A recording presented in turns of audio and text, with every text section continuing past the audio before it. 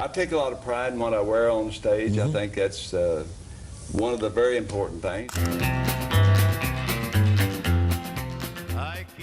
Nashville wears its Sunday smile for the tour buses, but once the last pedal steel cord fades and the neon cools, the town locks a second face behind padlocked iron gates. That hidden profile is carved into drywall and chandelier glass, because the real autobiography of Music City isn't written in gold records. It's mortared into mansions so strange even lifelong locals whisper directions under their breath. Today we slip past manicured hedges and sun-bleached no trespassing signs to pry open 19 estate doors Nashville tries to weld shut. Each property is a confession booth masquerading as a palace, and every marble foyer tells a secret the tourism board would rather exorcise. Buckle your seatbelt to the ghost tour van. By the final stop, you'll never trust another white column on Music Row. Keep your flashlight low, your heartbeat steady, and your doubts on idle, because the floorboards ahead have long memories. First up, the rhinestone ranch that Porter Wagoner stitched together like one of his stage jackets.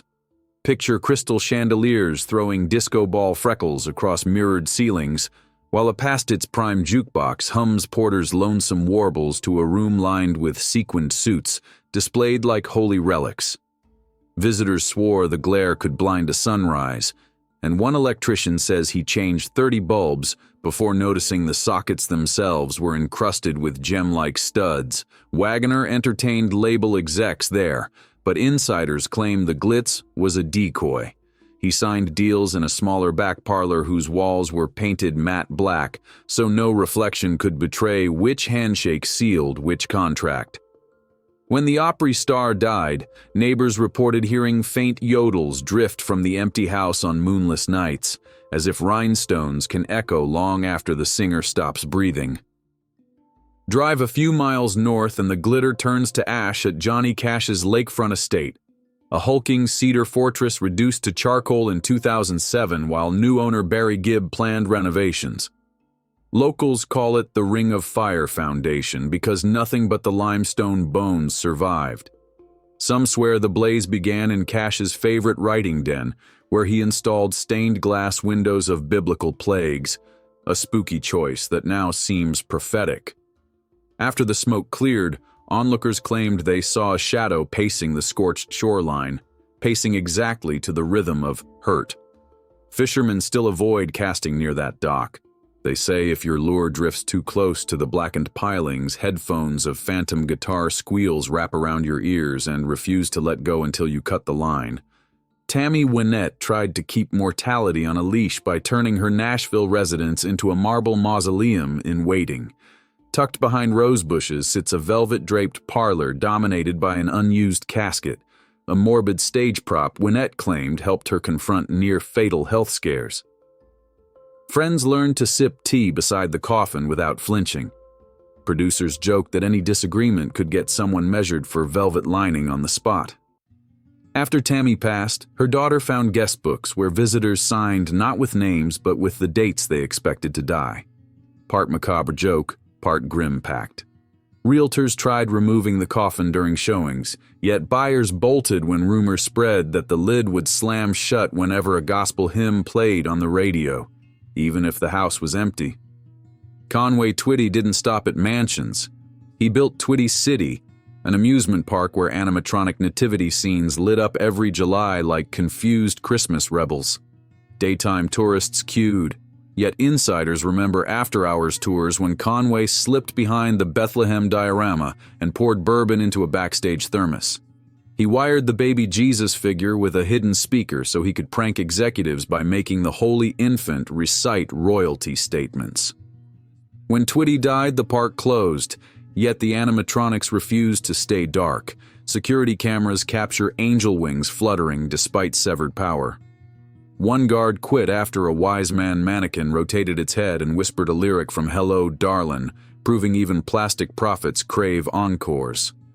Locals sneak through the rusted gates chasing that glitch, but most bolt before creaking gears harmonize with a baritone that shouldn't exist. At Hurricane Mills, Loretta Lynn sleeps in a plantation house older than the state songbook, complete with slave quarters and a cemetery she claims came preloaded with spirits. TV crews filmed her midnight seances in the living room while Confederate flags flapped outside like stubborn specters of an uglier era. Guests report a woman in a gray dress gliding past the grand piano at 3:17 a.m., the exact minute Lynn's first single hit radio airwaves. Loretta laughs it off on camera, but off-record she keeps jars of Tennessee River water on every sill, believing the current trap's stray voices trying to settle in the halls. If you spend the night, staff warn you not to play Coal Miner's Daughter on vinyl. The last tourist who tried woke up with coal dust fingerprints smudged across both cheeks. Hank Williams Jr. turned his retreat into a taxidermy time capsule where more than 200 glass-eyed trophies track every move across knotty pine floors. The centerpiece is a moose bust wearing aviator shades, supposedly left in homage to Bocephus's stage goggles. Below it hangs a raccoon dressed in a tiny Elvis jumpsuit, rhinestones included. Party lore says Hank once charged songwriters admission, one original verse per mounted animal, to earn entry to the whiskey bar hidden behind antler doors. A janitor claims the mount's eyes occasionally glow red just before dawn, as if rehearsal lights still fire up for an audience of stuffed critics. One visiting drummer locked himself in the bathroom after a mounted bobcat began pawing thin air to the rhythm of A Country Boy Can Survive, even though no speakers were on. Dolly Parton's taste for sparkle hides a quieter shrine, a soundproof chapel tucked deep inside her compound, insulated not with foam but with hundreds of unused blonde wigs. Friends say she needed a place to belt gospel without waking the neighbors, but one contractor remembers roof beams vibrating like tuning forks during a private sunrise hymn. The chandeliers there aren't crystal, they're clusters of retired rhinestone earrings melted into teardrops. In a safe beside the pulpit sits a notebook titled Hymns for After I'm Gone, sealed with a lipstick kiss and a note that it must never be opened by anyone who can't sing harmony. Caretakers swear they sometimes hear three-part vocals echoing from the locked chapel even when Dolly's on tour, as though the wigs themselves learned to harmonize. Merle Haggard loathed Tennessee humidity, so he carved a desert bunker under his Nashville lot. The living room floor ripples like sand, dotted with saguaros lit by grow lamps mimicking blistering noon. A saloon-style outhouse bar, indoors, served tequila in mason jars titled Dust Storm Relief. Haggard vanished there for week-long writing jags. Engineers recall him surfacing barefoot, claiming tumbleweeds rolled lyrics across the linoleum. Realtors tried neutral staging after his death, but you can't feng shui bolted cacti. Buyers bolted when faulty AC let temperatures spike, sweat staining the adobe walls. Rumor says the thermostat jumps whenever Merle's catalog streams nearby, as if the song still twists the heat dial. Patsy Klein's hospitality took a left turn inside her taxidermy tea room, where stuffed squirrels sat clutching porcelain cups and a bonneted owl presided from the mantel like an etiquette instructor. Klein invited label reps for what she called high tea, low expectations, then closed negotiations if anyone recoiled. Legend says a nervous publisher once knocked over a saucer, only to have the owl's glass eyes flicker courtesy of hidden Christmas lights Patsy could switch on with her heel. Kids dared each other to spend the night, but few lasted past midnight chirps played on a concealed recorder, each warble timed between the snare hits of Crazy. When the house went up for auction, taxidermists offered top dollar for the squirrel set, but the winning bidder opted to cremate them out of mercy, releasing ashes that smelled of Earl Grey and formaldehyde. George Jones flooded an entire wing of his property to create Duck Palace, an indoor swamp where mallards glided under chandeliers while He Stopped Loving Her Today echoed from underwater speakers. Jones boasted he could roll a John boat right up to the breakfast table, and during one legendary bender, he allegedly attempted it, leaving claw marks in mahogany when the boat capsized against the buffet. Maintenance crews wore waders to scrub algae off portrait frames. One quit after spotting a beak-shaped silhouette in the mirror behind him despite every bird being accounted for.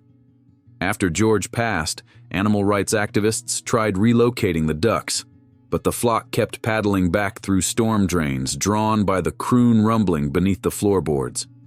Neighbors now swear they hear quacks syncing perfectly with the final chorus whenever the radio hits 2:46, like the birds memorized the track's timestamp. Minnie Pearl displayed Southern politeness on stage, but at home she curated a porcelain army that filled an entire hallway. Each doll wore a miniature price tag hat and, according to a terrified niece, whistled at night through holes drilled where their mouths should be. Visitors walking the corridor felt breezes, though the windows were shut, as if the dolls exhaled in unison. Minnie insisted they kept her company during writing blocks, but a band leader once found her consulting them like a board of directors about joke timing. After her death, curators cataloged over 1,000 figures, yet photographs taken for insurance repeatedly blurred the faces, leaving only gleaming eyes. When the collection moved to a museum, alarms triggered at 3 a.m. sharp until staff installed a loudspeaker looping Minnie's signature, "Howdy." Only then did the dolls settle into eerie silence. Across town, Jerry Lee Lewis dug an alligator pit just off the kitchen because paparazzi couldn't swim. The reptiles lounged beneath heat lamps while the killer pounded piano riffs audible through the floor vents. He joked the gators functioned as living security alarms. You'd know intruders by the splash. Late one night, a reporter crept onto the property.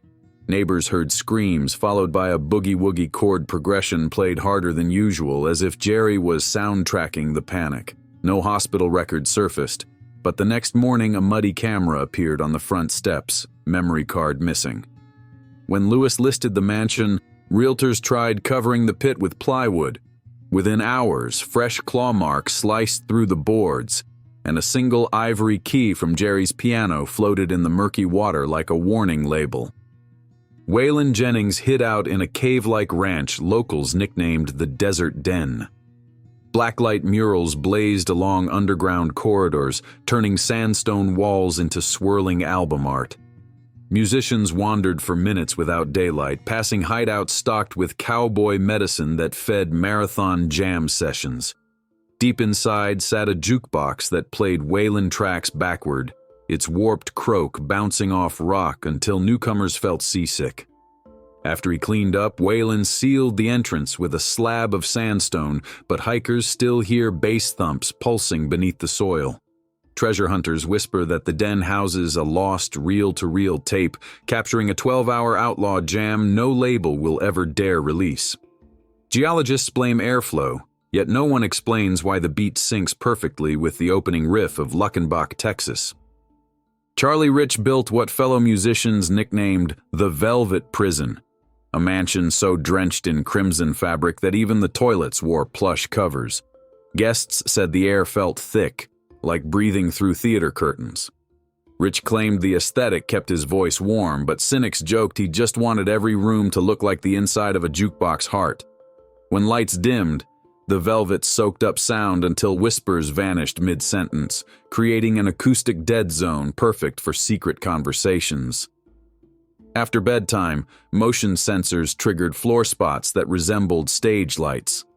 Anyone sleepwalking became an accidental headliner. A touring pianist spent one night and awoke disoriented, convinced he'd been trapped inside a bloodstream. Today, restoration crews still vacuum red lint from the HVAC, proof that not all fibers of a legend can be laundered out. Reba McEntire faced her own reflection so often, she turned it into architecture, a mirrored maze slicing through her basement like a glass cornfield. The hallways twist, diverge, then dead end at floor-to-ceiling panels that bounce your panic back at you. Reba reportedly practiced stage presence by sprinting the labyrinth in heels, chasing her reflection until she could hit high notes without losing breath. Contractors installed subtle motion lights, but during storms the power flickers, creating strobe chaos worthy of a pop concert. Rumor says Reba once got lost for 2 hours and emerged laughing, claiming she'd met every past version of herself on the way out. Since she sold the house, guests report hearing quick footsteps and giggles echo even when the maze stands empty, as though those reflections are still running laps. Roy Acuff built a basement city where a model train chugged past miniature honky-tonks, a doll-sized Opry stage, and even a puppet Hank Sr. that tilted its hat every lap. Acuff controlled the switches with a brass throttle shaped like a fiddle bow, and insiders swear he used whistle codes to approve or veto song pitches from young writers. When he died, estate workers shut down the transformer, yet neighbors still hear a horn echo at 10 p.m., the exact hour Opry broadcasts close.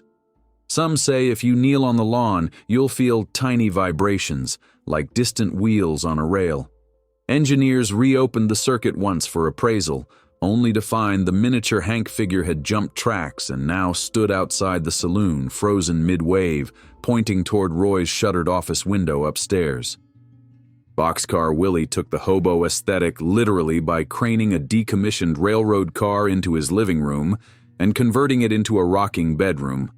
Air vents piped in faint clacking sounds so he could fall asleep to phantom tracks. Visitors felt the car sway whenever the HVAC cycled, giving them seasickness on land. Willie hosted poker nights inside, and lore says the stakes were paid in harmonica solos instead of cash. During a tornado warning, the boxcar's steel walls rattled a blues scale, leading one meteorologist to label the house a wind-powered musical instrument. After Willie's passing, developers tried removing the car, but every welding torch failed on unexplained circuit outages, as if the old rail still had places left to go. It remains sealed behind glass today, gently rocking whenever freight whistles echo from miles away, despite no track within sight. Mel Tillis battled stage fright by rehearsing punchlines in an underground bunker nicknamed the Comedy Dungeon. Thick concrete dampened sound so thoroughly that applause tapes sounded like whispers. Inside, mannequins dressed as Patsy, Willie, and Cash sat in folding chairs while strobe lights simulated camera flashes. Tillis would deliver jokes, trigger a laugh track, then berate the mannequins for bad timing, all to desensitize himself before tours. Caretakers found a ledger tracking each dummy's energy, and those scoring low were repositioned closer to the exit like naughty school kids. After Mel sold the estate, new owners tried repurposing the bunker for wine storage, but the mannequin's paint had absorbed decades of humidity. Anyone entering reports a faint aroma of stale beer and spotlight sweat, like a comedy club haunting the basement walls. David Allan Coe's former residence looks less like a house and more like a crime scene where aerosol cans won the shootout. Every inch of drywall drips with profanity-laden murals, biker skulls, and slogans unfit for polite dinner talk. Neighbors claimed the paint fumes hung so thick, birds changed flight paths to avoid passing overhead. During foreclosure, cleaners wore respirators yet still reported headaches from the cacophony of clashing neon colors. They scrubbed until one wall revealed a hidden doorway leading to a room entirely black, except for a single white phrase, "Silence is betrayal." Reporters later found journals hinting Coe used the chamber to write ballads in total isolation, so the lyrics could shout louder than the art outside. The house remains condemned, but graffiti artists sneak in to tag over the legends, turning the mansion into an endless argument in spray paint. So when Nashville waves you inside another pristine plantation of polished hardwood and platinum plaques, remember the wallpaper might hide 1,000 brushstrokes of madness. Behind every chart-topping chorus lurks a chandelier wired to flicker on cue, a mannequin jury, or a duck paddling circles under chandelier light. History books capture the melodies, but these walls store the feedback no microphone could catch. The next time a polite tour guide points out a famous porch swing, ask about the room they refuse to mention, the one where echoes outnumber furnishings. Because if Music City has taught us anything, it's that the real chorus begins after the record ends, and the house always holds the last note.